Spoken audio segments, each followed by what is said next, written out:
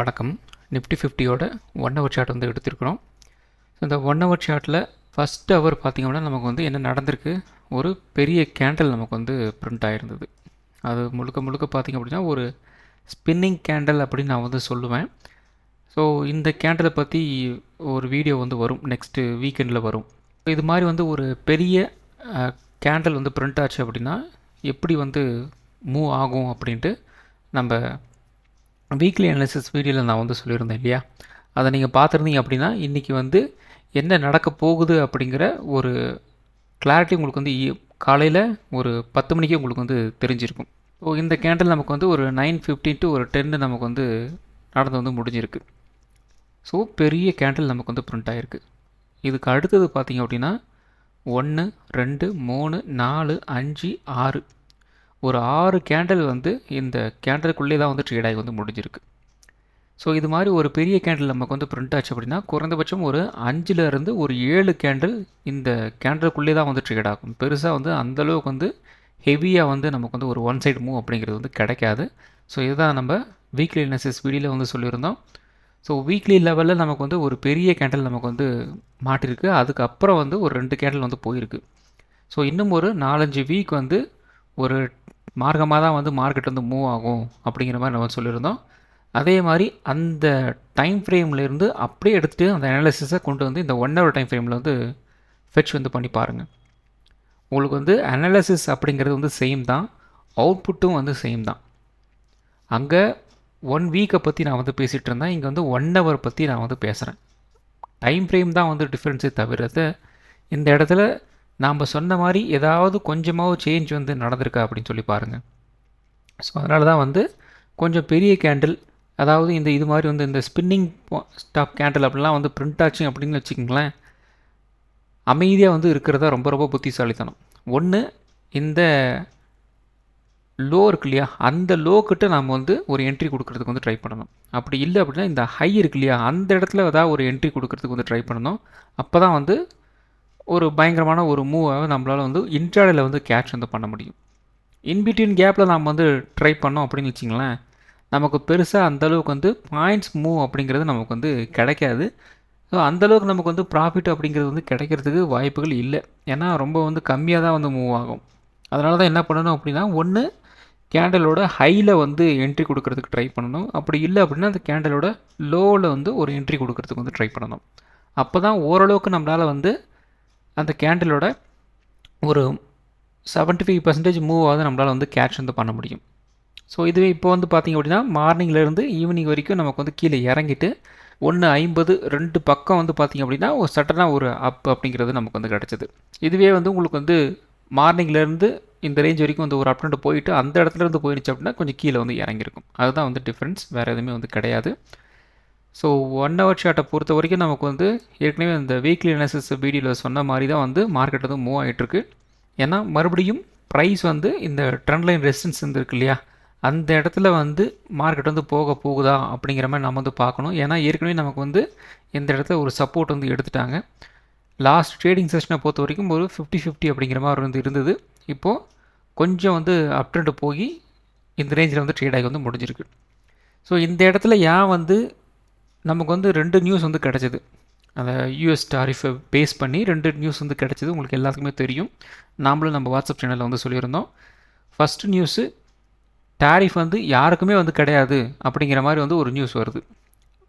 அந்த நியூஸ் வந்து ஒரு 10 நிமிஷம் காமன் நேரத்துக்குள்ளே வந்து கௌசிக் என்ன பண்ணிட்டாரு, மறுபடியும் வந்து ஒரு 10% ஒரு டாரிஃப் அப்படிங்கிறத வந்து போட்டு வர்றாரு.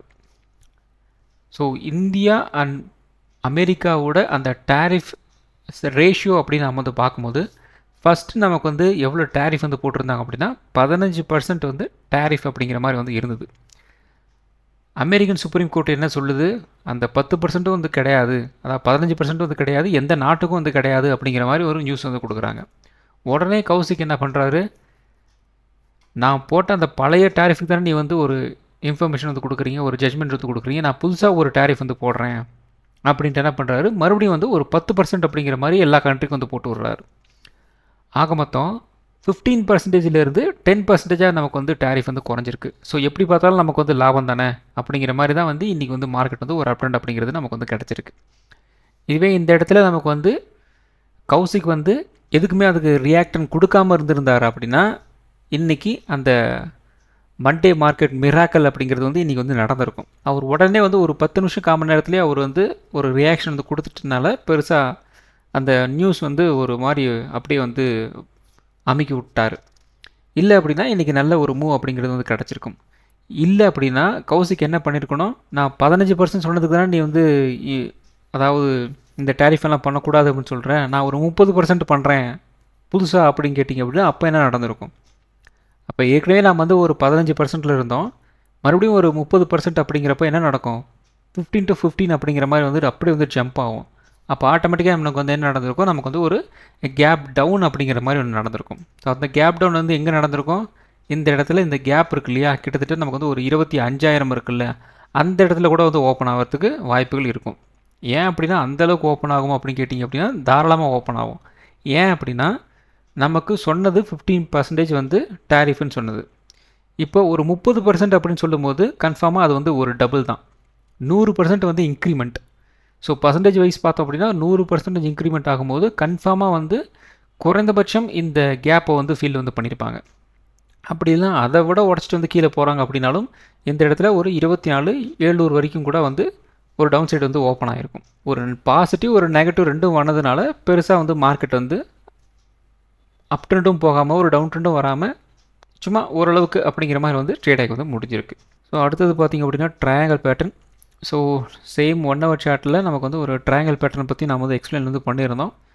ஸோ மறுபடியும் பார்த்திங்கன்னா நமக்கு வந்து ஒரு விண்டோ வந்து இருக்குது. இந்த இடத்துல இருந்து இன்னும் ஒரு 25ஆம் தேதி வரைக்குமே நமக்கு வந்து அந்த ட்ரேடிங் விண்டோ வந்து இருக்குது. அதாவது ட்ரேடிங் விண்டோ அப்படிங்கிறத நான் எதை சொல்ல வரேன் அப்படின்னா, மார்க்கெட் இந்த ப்ரைஸ் வந்து மூவ் ஆகுது இல்லையா, அந்த மூவ் பண்ணுறதுக்கு உண்டான அந்த ஸ்பேஸ் வந்து இந்த இடத்துல வந்து இருக்குது அப்படின்னு நான் வந்து சொல்ல வரேன்.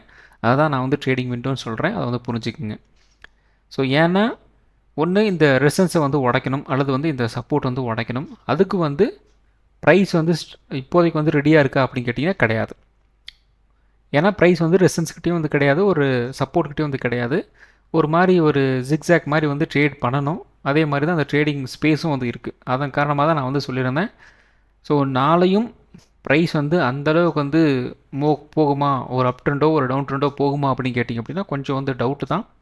ஸோ 25ஆம் தேதி 25ஆம் தேதிக்கு மேலே மதியம் அந்த ரேஞ்சில் நமக்கு ஏதாவது ஒரு ரியாக்ஷன் வந்து கிடைக்கிறதுக்கு வந்து வாய்ப்புகள் இருக்குது.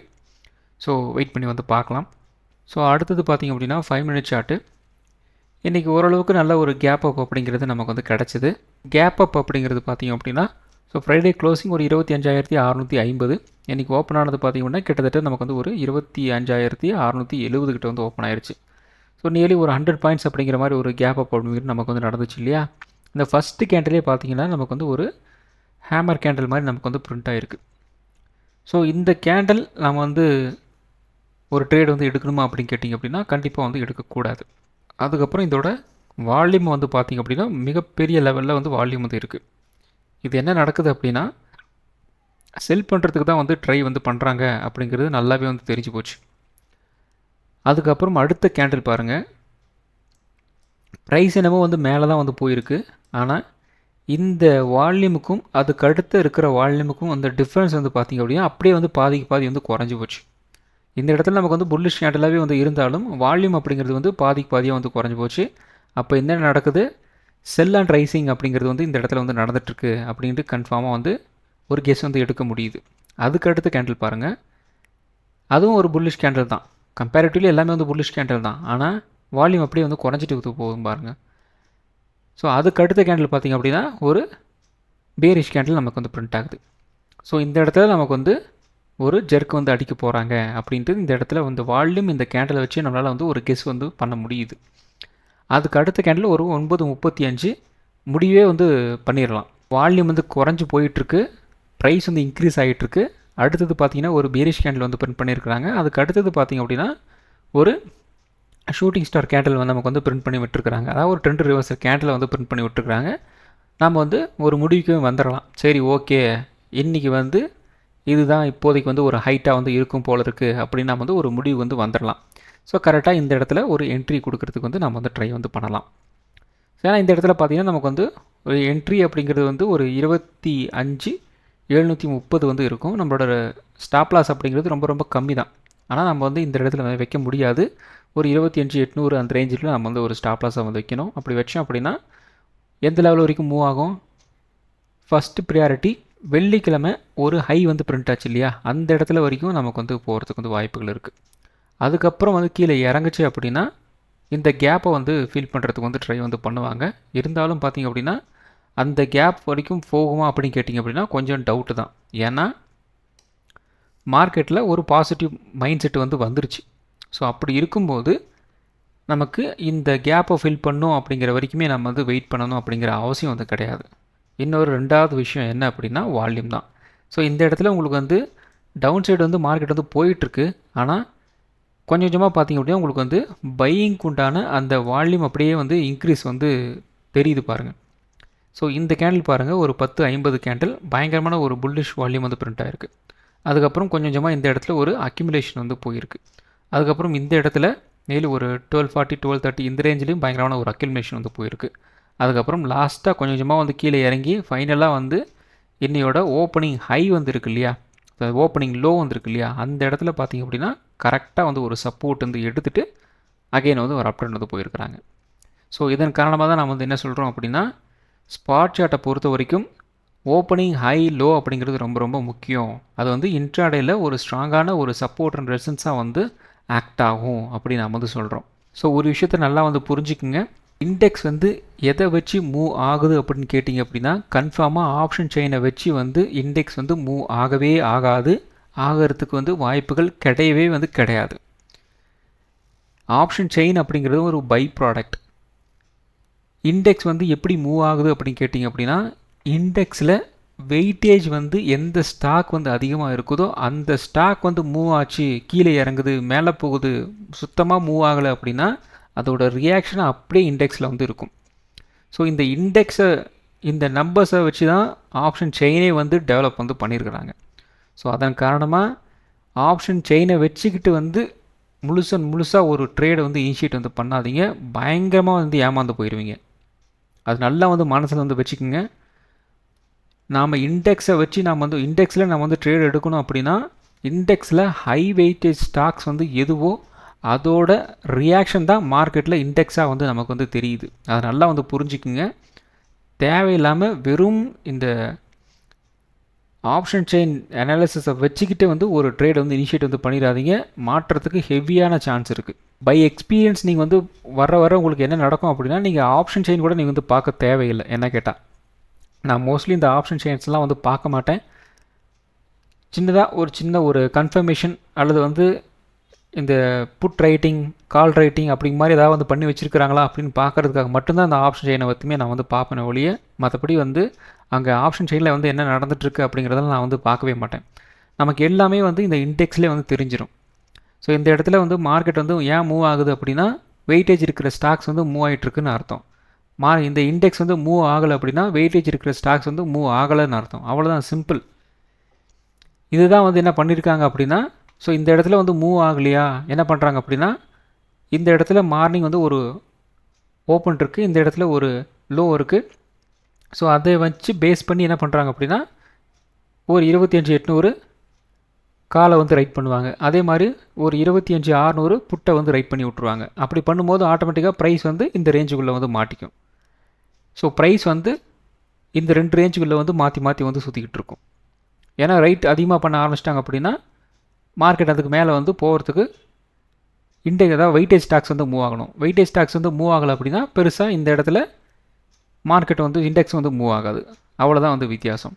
ஸோ முடிஞ்ச அளவுக்கு வந்து நீங்கள் இண்டெக்ஸில் வந்து ட்ரேட் எடுக்கணும் அப்படின்னா இண்டெக்ஸில் ஹை வெயிட்டேஜ் ஸ்டாக்ஸ் வந்து எதுன்னு பாருங்கள். அது பார்த்துட்டு சைட் பை சைடு வந்து அந்த மூவ் ஆக ஆரம்பிச்சது அப்படின்னா இண்டெக்ஸும் வந்து மூவ் ஆக ஆரம்பிச்சிடும். அவ்வளோதான் வந்து வித்தியாசம். ஸோ அடுத்தது நிஃப்டி 50. ஸோ நிஃப்டி 50ல் நம்ம வந்து என்ன சொல்லியிருந்தோம் அப்படின்னா ஒரு 26, 25, 650 நமக்கு வந்து ஒரு ரெசிஸ்டன்ஸ்னு சொல்லியிருந்தோம் லாஸ்ட் வீடியோவில். இன்றைக்கி ஓப்பன் ஆனது அதுக்கு ப்ரைஸுக்கு மேலே தான் ஓப்பன் ஆச்சு. ஆனாலும் இந்த இடத்துல ஃபஸ்ட்டு கேண்டில் நமக்கு வந்து ஒரு சப்போர்ட் வந்து எடுத்துகிட்டு ஒரு அப் ட்ரெண்ட் அப்படிங்கிறது நமக்கு வந்து கிடச்சிருந்தது. ஒரு 25,650 வந்து ஒரு பிரேக் அவுட் வந்து கிடச்சிது அப்படின்னா குறைந்தபட்சம் ஒரு 25,750 வரைக்குமா வந்து போகிறதுக்கு வாய்ப்புகள் இருக்குன்னு சொல்லியிருந்தோம். அது ஃபஸ்ட்டு ஒரு 3 கேண்டிலே வந்து முடிஞ்சு போச்சு. அதுக்கப்புறம் அந்த இடத்துல இருந்து கொஞ்சமாக வந்து கீழே வந்து இறங்குறாங்க. இறங்கி மறுபடியும் பார்த்திங்க அப்படின்னா இந்த இடத்துல ஒரு சப்போர்ட் எடுத்துகிட்டு ஒரு அப் ட்ரெண்ட் அப்படிங்கிறது வந்து போகிறாங்க. இந்த இடத்துல சப்போர்ட் அப்படிங்கிறது வந்து என்னையோட லோ இருக்கு இல்லையா, ஓப்பனிங் லோ. ஸோ அந்த லோ கிட்ட வந்து ஒரு சப்போர்ட் எடுத்துகிட்டு அகெயின் ஒரு அப் ட்ரெண்ட் அப்படிங்கிறது வந்து க்ளோசிங் டைமில் வந்து கொண்டு போயிட்டாங்க. ஸோ நாளை நமக்கு வந்து ஒரு ரேஞ்ச் பவுண்டாக வந்து இருந்துச்சு அப்படின்னா ஒரு 25,800 நமக்கு வந்து ஒரு ரெசிஸ்டன்ஸாக வந்து இருக்கும். சப்போர்ட் வந்து ஒரு 25,650 25,600 இந்த ரேஞ்ச் வந்து இருக்கலாம். 25,650 600லாம் உடைச்சாங்க அப்படின்னா குறைந்தபட்சம் ஒரு 25,500 வரைக்கும் வந்து கீழே இறங்குறதுக்கு வந்து வாய்ப்புகள் இருக்குது. 25,800 உடைச்சாங்க அப்படின்னா ஒரு 25,900 வரைக்கும் அப் ட்ரெண்ட் போகிறதுக்கு வந்து வாய்ப்புகள் இருக்குது.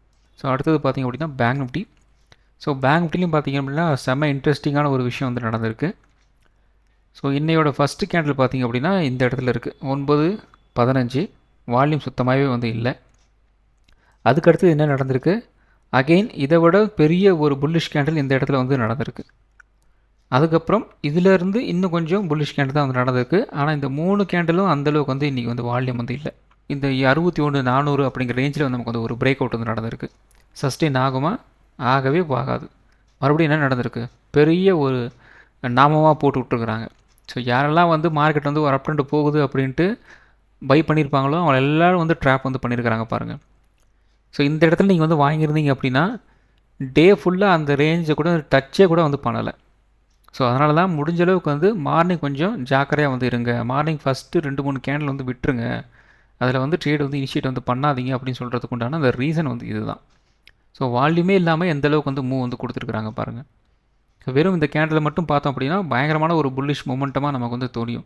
ஆனால் இந்த இடத்துல வால்யூமை நம்ம வந்து ஆட் பண்ணி பார்த்தோம் அப்படின்னா என்ன சொல்கிறது, ஒரு நூல், ஒரு பட்டத்துக்கு வந்து நூல் இல்லை அப்படின்னா அந்த பட்டத்தை நம்மளால் வந்து கண்ட்ரோல் பண்ண முடியுமா, கண்ட்ரோலே வந்து பண்ண முடியாது. ஸோ அதுதான் வந்து இந்த இடத்துல வந்து நடந்திருக்கு. ஸோ அதுக்கப்புறம் பார்த்தீங்கன்னா ஒரு ரேஞ்ச் மோடில் வந்து ட்ரேடாக வந்து முடிச்சிருக்கு. ஓவரால் அந்த சப்போர்ட் அண்ட் ரெசிஸ்டன்ஸ் சொல்லியிருந்தோம், அதுக்குள்ளே தான் வந்து ட்ரேடாக வந்து முடிச்சிருக்கு. ஸோ நாளை நமக்கு வந்து ஒரு ரேஞ்ச் பவுண்டாக வந்து இருந்துச்சு அப்படின்னா 61,500 ரெசிஸ்டன்ஸாக வந்து இருக்கும். சப்போர்ட் வந்து 61,200 இருக்கலாம். 61,200 உடைச்சாங்க அப்படின்னா ஒரு 61,000 வரைக்கும் மினிமம் வந்து கீழே இறங்கலாம். 61,500 உடைச்சாங்க அப்படின்னா ஒரு 61,700 வரைக்கும் ஒரு அப் ட்ரெண்ட் போகிறதுக்கு வந்து வாய்ப்புகள் இருக்குது. ஸோ அடுத்தது சென்செக்ஸ். ஸோ சென்செக்ஸ் வந்து பெருசாக வந்து சேஞ்சஸ் எல்லாம் வந்து கிடையாது, சேம் தான். ஒரு 83,200 நம்ம வந்து ரெசிஸ்டன்ஸ்னு சொல்லியிருந்தோம். அது ஃபஸ்ட்டு கேண்டிலே வந்து ஒரு பிரேக் அவுட் வந்து கொடுக்குறாங்க. அதுக்கப்புறம் கிட்டத்தட்ட ஒரு 83,400 வரைக்கும் வந்து போயிட்டு மறுபடியும் வந்து கீழே வந்து இறங்கிட்டாங்க. ஸோ இறங்கி எந்த இடத்துல வந்து பண்ணியிருக்காங்க பார்த்தீங்கன்னா லாஸ்ட் ட்ரேடிங் செஷனோட ஹை இருக்கு இல்லையா, அந்த இடத்துல ஒரு சப்போர்ட் எடுத்துகிட்டு அகெயின் இந்த இடத்துல பார்த்திங்க அப்படின்னா சின்னதாக ஒரு அப் ட்ரெண்ட் அப்படிங்கிறது வந்து நடந்திருக்கு. அவ்வளோதான். சேம் நிஃப்டி மாதிரி தான் ட்ரேடாக வந்து முடிஞ்சிருக்கு. ஸோ நாளை நமக்கு வந்து ஒரு ரேஞ்ச் பவுண்டாக வந்துருச்சு அப்படின்னா 83,600 ரெசிஸ்டன்ஸாக வந்து இருக்கும். சப்போர்ட் வந்து 83,000 இருக்கலாம். 83,000 உடைச்சாங்க அப்படின்னா ஒரு 82,600 வரைக்கும் வந்து கீழே இறங்குறதுக்கு வந்து வாய்ப்புகள் இருக்குது. 83,600 உடைச்சாங்க அப்படின்னா ஒரு 84,000 வரைக்கும் அப் ட்ரெண்ட் போகிறதுக்கு வந்து வாய்ப்புகள் இருக்குது. ஸோ அடுத்தது பார்த்திங்க அப்படின்னா mid cap Nifty. So mid cap Nifty நமக்கு வந்து ஒரு கேப் அப்பில் வந்து போகிறாங்க. ஸோ கேப் அப்பில் வந்து போனாலும் ப்ரைஸ் வந்து இன்க்ரீஸ் ஆகுது, வால்யூம் வந்து டிக்ரீஸ் ஆகுது. ஸோ அதன் காரணமாக ப்ரைஸ் வந்து ஒரு பிரேக் அவுட் வந்து கிடைச்சாலும் மறுபடியும் வந்து உள்ளே வந்துட்டாங்க. அகெயின் நம்ம சொன்ன அந்த சப்போர்ட் அண்ட் ரெசிஸ்டன்ஸ்குள்ளே தான் வந்து ட்ரேடாக வந்து முடிஞ்சிருக்கு. பெருசாக சேஞ்சஸ்லாம் வந்து கிடையாது. ஸோ நாளை ஒரு ரேஞ்ச் பவுண்டாக வந்துருச்சு அப்படின்னா ஒரு 13,500 ரெசிஸ்டன்ஸாக வந்துருக்கும். சப்போர்ட் வந்து ஒரு 13,400 வந்துருக்கலாம். 13,400 உடைச்சாங்க அப்படின்னா ஒரு 13,300 இந்த ரேஞ்ச் வரைக்கும் வந்து கீழே இறங்குறதுக்கு வந்து வாய்ப்புகள் இருக்குது. 13,500 உடைச்சாங்க அப்படின்னா ஒரு 13,600 வரைக்கும் அப் ட்ரெண்ட் போகிறதுக்கு வந்து வாய்ப்புகள் இருக்குது. ஸோ இந்த வீடியோ ஒரு எஜுகேஷன் பர்பஸ் வீடியோ மட்டும்தான். பை பண்ணுறதுக்கோ சேல் பண்ணுறதுக்கோ ரெக்கமெண்டேஷன் வீடியோ கிடையாது. இந்த வீடியோ பிடிச்சிருக்கும் லைக் பண்ணுங்கள், உங்கள் ஃப்ரெண்ட்ஸுக்கு வந்து ஷேர் பண்ணுங்கள். மற்றும் ஒரு வீடியோவில் சந்திப்போம். நன்றி, வணக்கம்.